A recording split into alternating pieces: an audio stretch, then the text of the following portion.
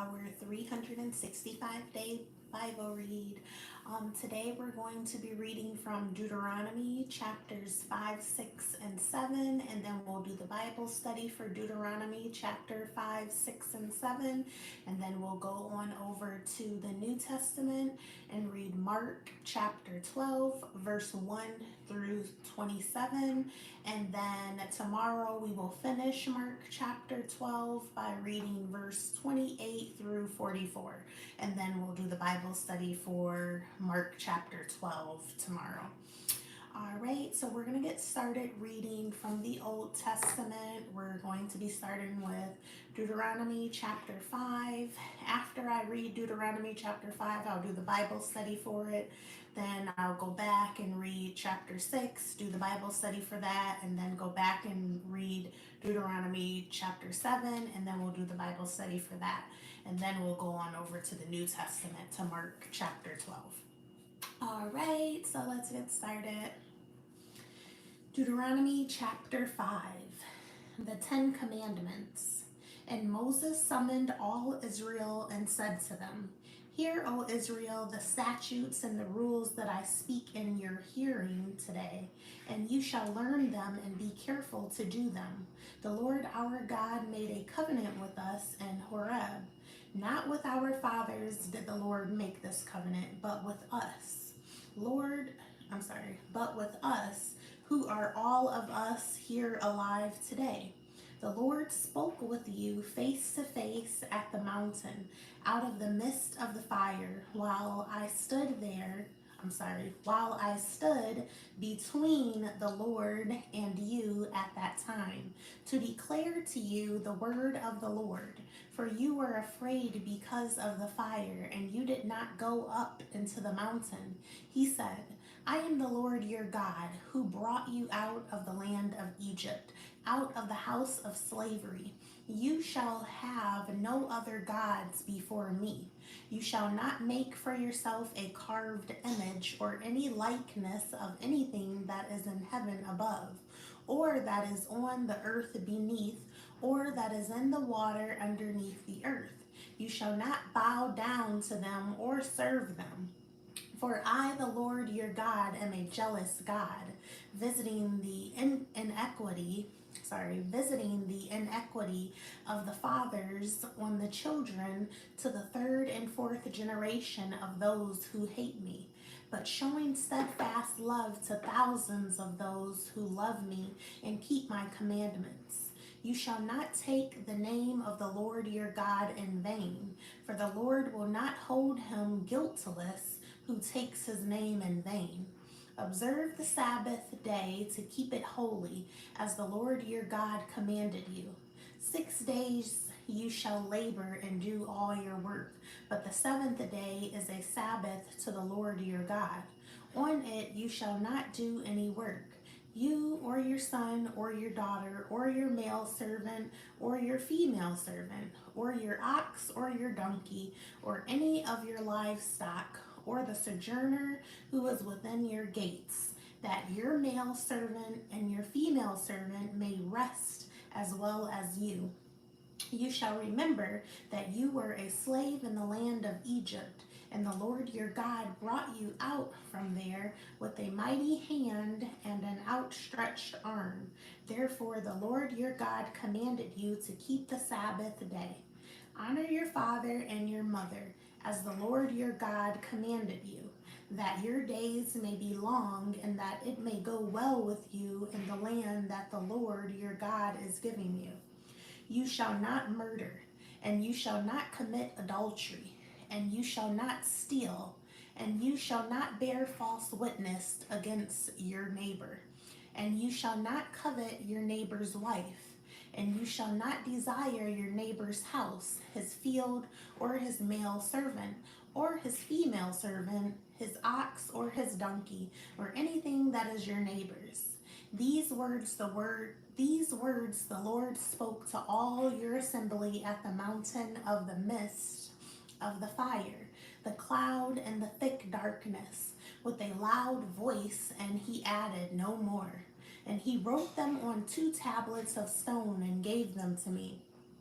And as soon as you heard the voice of the mist, I'm sorry, and as soon as you heard the voice out of the mist of the darkness, while the mountain was burning with fire, you came near to me, all the heads of your tribes and your elders, and you said, Behold, the Lord our God has shown us his glory and greatness, and we have heard his voice out of the midst of the fire.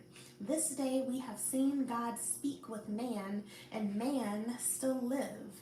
Now, therefore, why should we die? For this great fire will consume us. If we hear the voice of the Lord our God any more, we shall die. For who is there of all flesh that has heard the voice of the living God speaking out of the midst of fire as we have, and has still lived? Go near and hear all that the Lord our God will say, and speak to us all that the Lord our God will speak to you, and we will hear and do it. And the Lord heard your words when you spoke to me. And the Lord said to me, I have heard the words of this people, which they have spoken to you. They are right in all that they have spoken. Oh, that they had such a heart as this always, to fear me and to keep all my commandments, that it might go well with them, with their descendants forever. Go and say to them, Return to your tents, but you stand here by me, and I will tell you the whole commandment and the statutes and the rules that you shall teach them, that they may do them in the land that I am giving them to possess. You shall be careful, therefore, to do as the Lord your God has commanded you. You shall not turn aside to the right hand or to the left.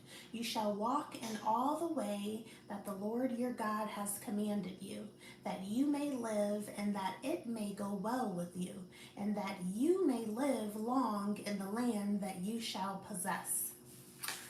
All right, so that was Deuteronomy chapter 5, and we're now going to do the Bible study for Deuteronomy chapter 5, and then we'll go back and read Deuteronomy chapter 6, and then do the Bible study, and then read Deuteronomy chapter 7 and do the Bible study for that as well. All right, hello everyone.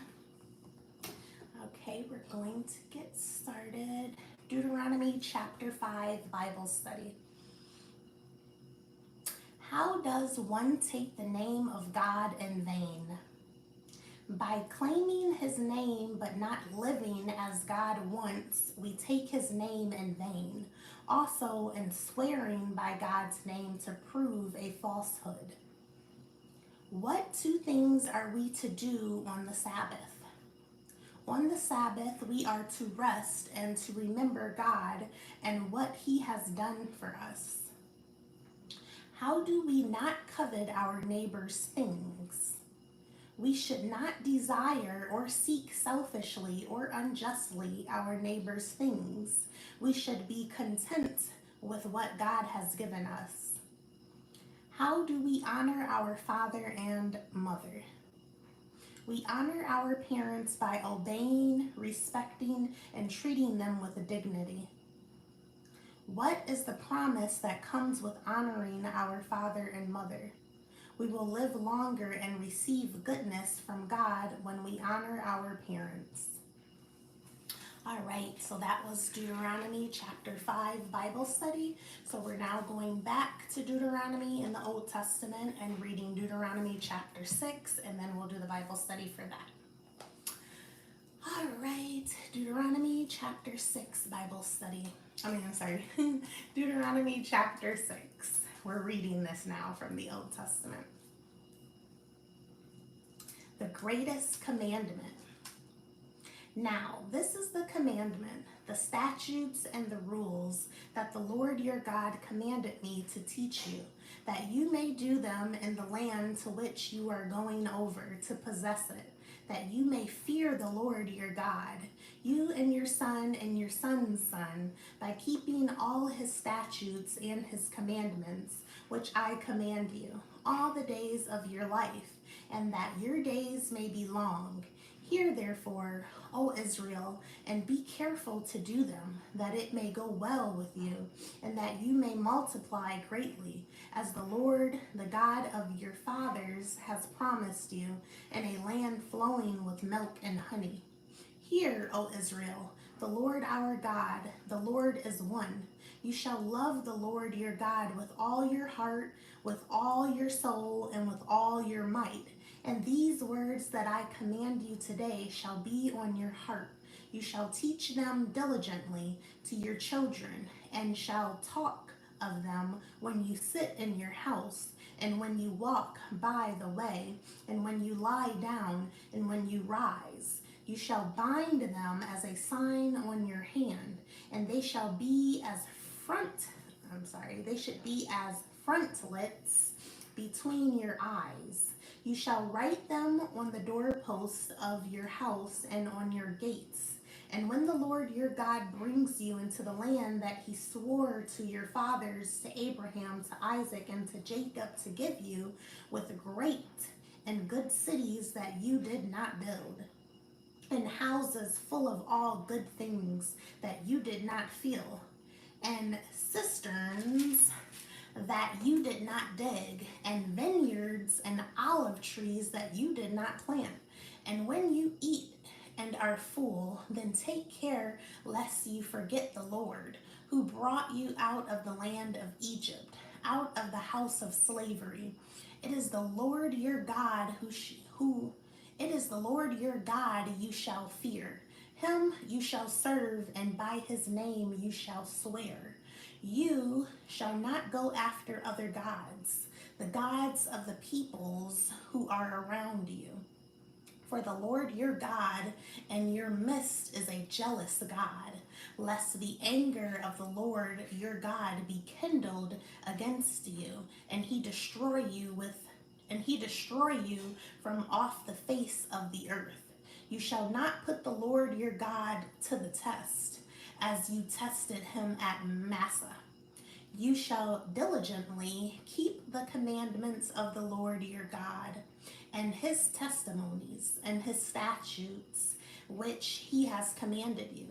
And you shall do what is right and good in the sight of the Lord, that it may go well with you, and that you may go in and take possession of the good land that the Lord swore to give to your fathers, by thrusting out all your enemies from before you, as the Lord has promised. When your son asks you in time to come, what is the meaning of the testimonies and the statutes and the rules that the Lord our God has commanded you? Then you shall say to your son, we were Pharaoh's slaves in Egypt, and the Lord brought us out of Egypt with a mighty hand. And the Lord showed signs and wonders, great and grievous against Egypt and against Pharaoh and all his household before our eyes. And he brought us out from there, that he might bring us in and give us the land that he swore to give to our fathers. And the Lord commanded us to do all these statutes, to fear the Lord our God for our good always, that he might preserve us alive as we are this day. And it will be righteousness for us if we are careful to do all this commandment before the Lord our God, as he has commanded us. All right, so that was Deuteronomy chapter 6, and we're now going to do the Bible study for Deuteronomy chapter 6, and then we'll go back and read Deuteronomy chapter 7 and do the Bible study for Deuteronomy chapter 7. All right. Deuteronomy chapter 6 Bible study. What is the greatest commandment of all?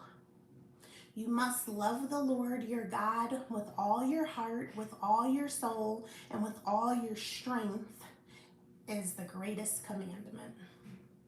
What are we to do with the commandments that God has given us? We must put the commandments of God in our hearts and live by them at every opportunity. How are we to teach the commandments to our children? Teach diligently to your children the commandments every chance you have. When things are going good and our blessings are many, what should we remember? Remember that all this goodness comes from God. How are we righteous before God? The people were righteous by keeping all of God's commandments and statutes. All right, so that was the Bible study for Deuteronomy chapter 6. We're now going to read Deuteronomy chapter 7 and then do the Bible study for that, and then we'll go on over to the New Testament and read Mark chapter 12 by reading verse 1 through 27. Okay, Deuteronomy chapter 7. A chosen people, Deuteronomy chapter 7. When the Lord your God brings you into the land that you are entering to take possession of it and clears away many nations before you, the Hittites, the Girgashites, the Amorites, the Canaanites, the Perizzites, the Hivites, and the Jebusites, 7 nations more numerous and mightier than you. And when the Lord your God gives them over to you, and you defeat them, then you must devote them to complete destruction. You shall take no covenant with them and show no mercy to them. You shall not intermarry with them, giving your daughters to their sons or taking their daughters for your sons, for they would turn away your sons from following me to serve other gods.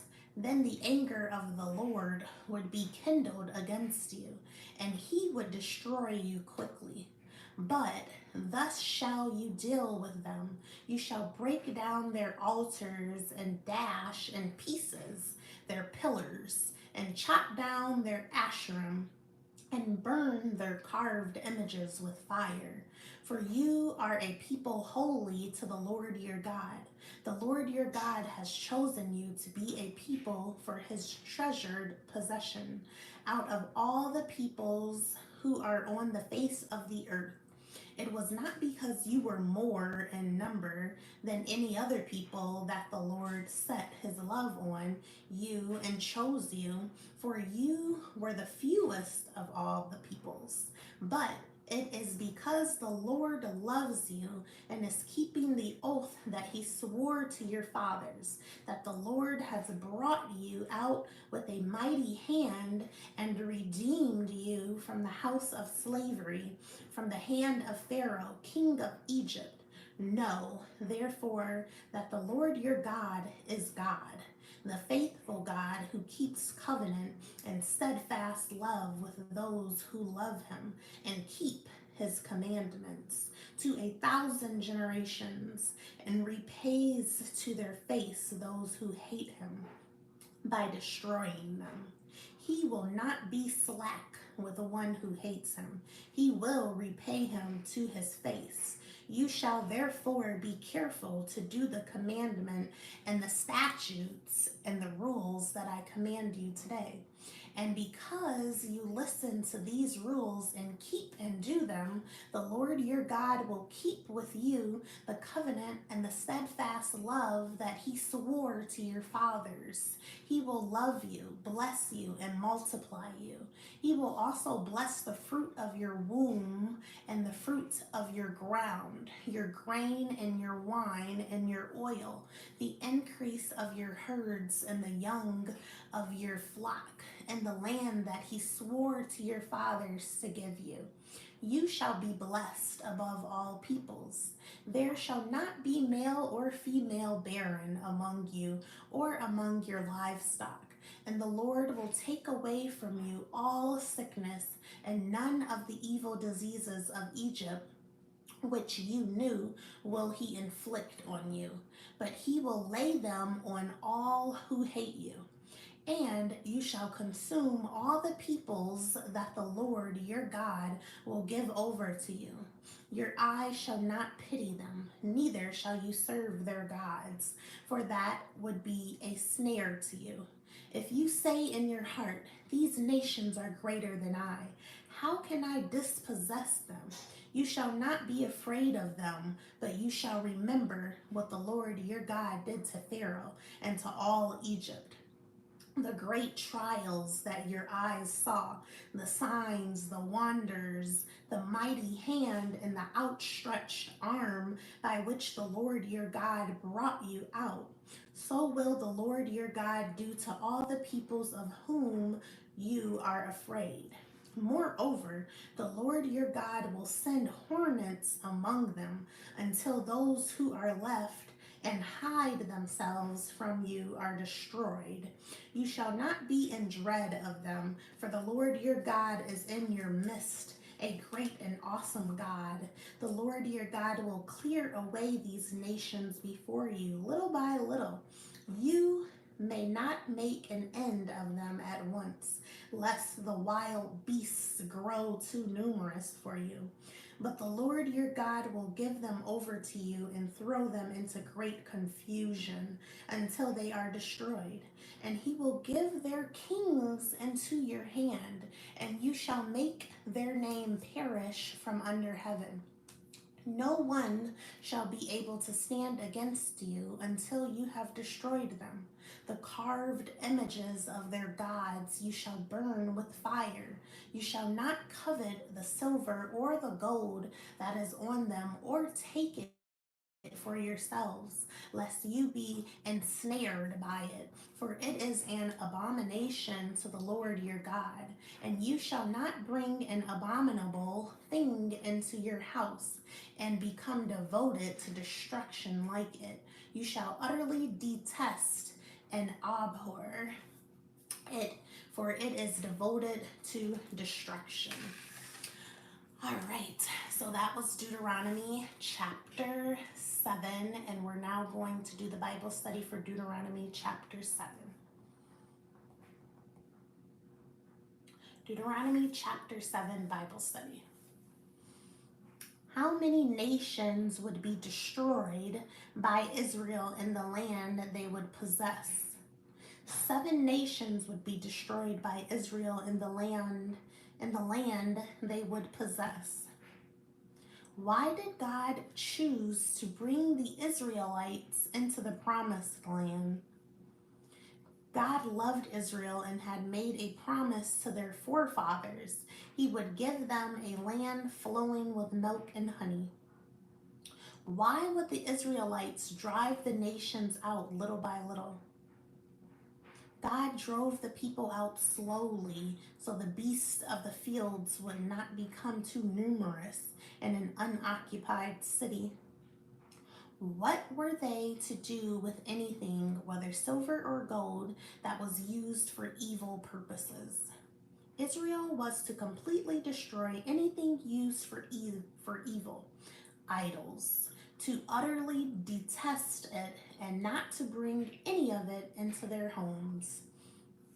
All right, so that was the Bible study for Deuteronomy chapter 7, and we're now done with the Old Testament for the day, and we're going to go on over to the New Testament and read Mark chapter 12, verse 1 through 27, and tomorrow we will finish Mark chapter 12 by reading verse 28 through 44, and then we'll do the Bible study for Mark chapter 12 tomorrow. All right.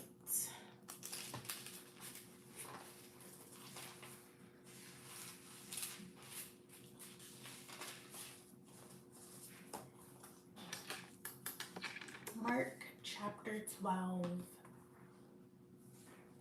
The parable of the tenants. We're only reading to verse 27. Mark chapter 12. And he began to speak to them in parables. A man planted a vineyard and put a fence around it and dug a pit for the winepress and built a tower and leased it into another country. When the season came, he sent a servant to the tenants to get from them some of the fruit of the vineyard. And they took him and beat him and sent him away empty-handed. Again, he sent to them another servant, and they struck him on the head and treated him shamefully. And he sent another, and him they killed. And so the many others, some they beat, and some they killed. He had still one other, a beloved son. Finally, he sent him to them, saying, "They will respect my son." But those tenants said to one another, "This is the heir. Come, let us kill him, and the inheritance will be ours." And they took him and killed him and threw him out of the vineyard. What will the owner of the vineyard do? He will come and destroy the tenants and give the vineyard to others. Have you not read this scripture? The stone that the builders rejected has become the cornerstone. This was the Lord's doing, and it is marvelous in our eyes. And they were seeking to arrest him, but feared the people, for they perceived that he had told the parable against them. So they left him and went away, paying taxes to Caesar. And they sent to him some of the Pharisees and some of the Herodians to trap him in his talk. And they came and said to him, "Teacher, we know that you are true and do not care about anyone's opinion, for you are not swayed by appearances, but truly teach the way of God. It is lawful to pay taxes to Caesar or not? Is it lawful to pay taxes to Caesar or not? Should we pay them or should we not?"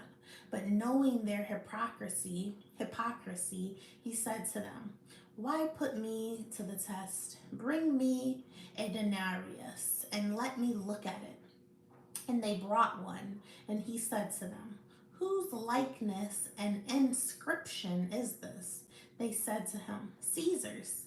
Jesus said to them, "Render to Caesar the things that are Caesar's, and to God the things that are God's." And they marveled at him. The Sadducees asked about the resurrection. And Sadducees came to him who say that there is no resurrection. And they asked him a question, saying, "Teacher, Moses wrote for us that if a man's brother dies and leaves a wife but leaves no child, the man must take the widow and raise up offspring for his brother. There were 7 brothers. The first took a wife, and when he died, left no offspring. The second took her and died, leaving no offspring. And the third likewise. And the 7 left no offspring. Last of all, the woman also died. In the resurrection, when they rise again, whose wife will she be? For the 7 had her as a wife." Jesus said to them, "Is this not the reason you are wrong? Because you know neither the scriptures nor the power of God.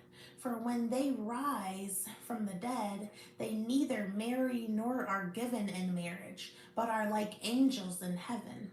And as for the dead being raised, have you not read in the book of Moses, in the passage about the bush, how God spoke to him, saying, 'I am the God of Abraham, and the God of Isaac, and the God of Jacob'? He is not God of the dead, but of the living. You are quite wrong." All right, so that was Mark chapter 12, verse 1 through 27 is what we just read. Tomorrow we will finish Mark chapter 12 by reading verse 28 through 44, and then we'll do the Bible study for the entire Mark chapter 12 tomorrow. I am following the year reading Bible schedule from esv.org. I did not start at April's date when I started these readings. I started at January 1st date. so that I'd be able to start from the beginning of the Old Testament and the beginning of the New Testament. So on ESV.org, on their schedule, today's date, what we are following is March 8th. March 8th on their year reading Bible schedule that I am following. So the date we're on for there is March 8th, not on today's date, because if I would have started at the date that I started doing these in April, I would have been starting in the middle of the Bible, and I wanted to start at the beginning of the Old Testament and the beginning of the New Testament and read straight through, not skipping any books or any chapters or anything. So yes, but our day is now complete. So, a quick recap of what we did today from the Old Testament. We read Deuteronomy chapters 5, 6, and 7, and then we did the Bible study for Deuteronomy chapters 5, 6, and 7, and then we went on over to the New Testament and we read Mark chapter 12 by reading verse 1 through 27. And tomorrow we will finish Mark chapter 12 by reading verse 28 through 44, and then we'll do the Bible study for the entire Mark chapter 12 tomorrow. So yes, our day is complete. I love you guys. God loves you. You are important. You are enough. You are valuable. You are worthy. You're strong, and I love you, and God loves you, and I'll see you guys tomorrow for day 68. I love you lots. Go and enjoy your day.